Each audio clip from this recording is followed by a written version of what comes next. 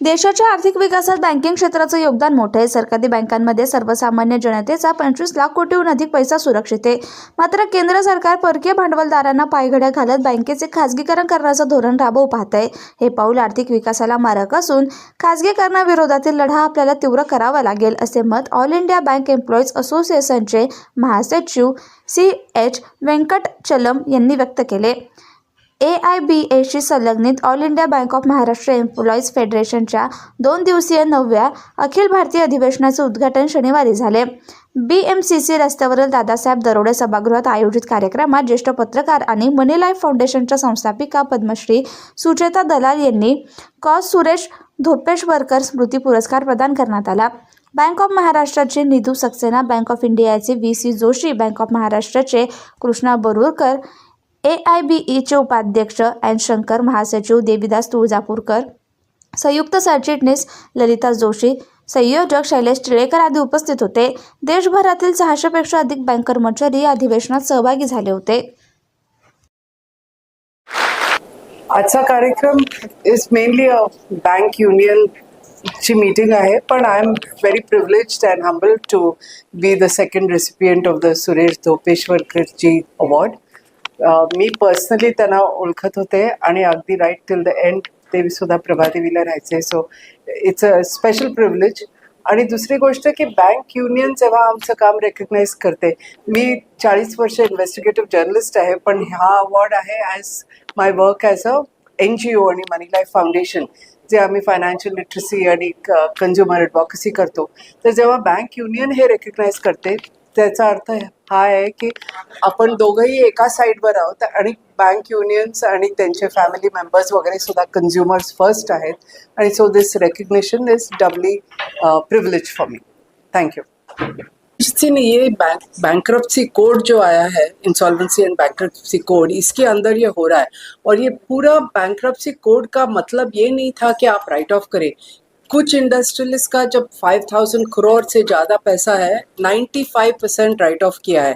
End this is a travesty of the bankruptcy code. इसके लिए वो कोड नहीं बनाया था. और हम जो लोग हैं as consumers, we are disaggregated. हम इंडिविजुअली लड़ नहीं सकते. तो हमको चाहिए कि पावरफुल यूनियंस इसके बारे में बात करें, बिकॉज 95 और 60% जब या 50% जैसे संदेशरा का हुआ है, जब ऐसा राइट ऑफ होता है और इसका छाप सुप्रीम कोर्ट से मिलता है, तो अगर हम प्रोटेस्ट ना करें तो ये बढ़ता जाएगा.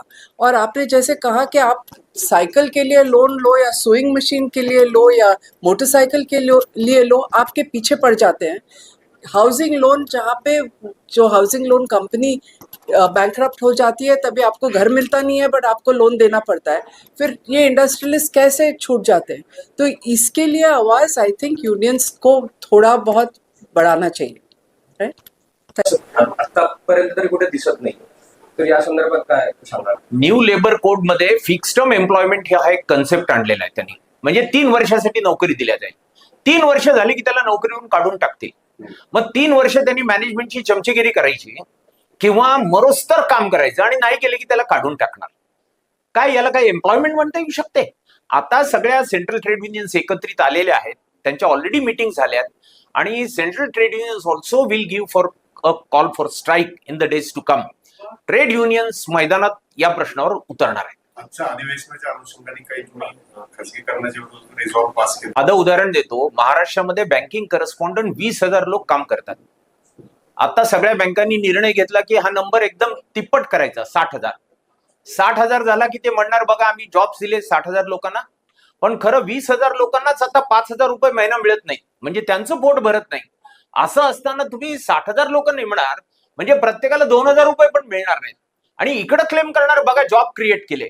सरकार फसवतंय सामान्य माणसाला आणि पर्टिक्युलरली वर्कर्सच्या बाबतीत तर एक्सप्लॉइटेशन खूप मोठ्या प्रमाणावर सध्या होत आहे. त्यामुळं आम्ही युनियन्स न्यू लेबर कोड्सना पण विरोध करतोय. त्याच्याही विरोधामध्ये आम्ही संप करणार आहोत. See, our country is a young country. बहुत यंग लोग हैं. उनका क्या चाहता है? उनको नौकरी. What type of job? Permanent job, regular job, safe jobs.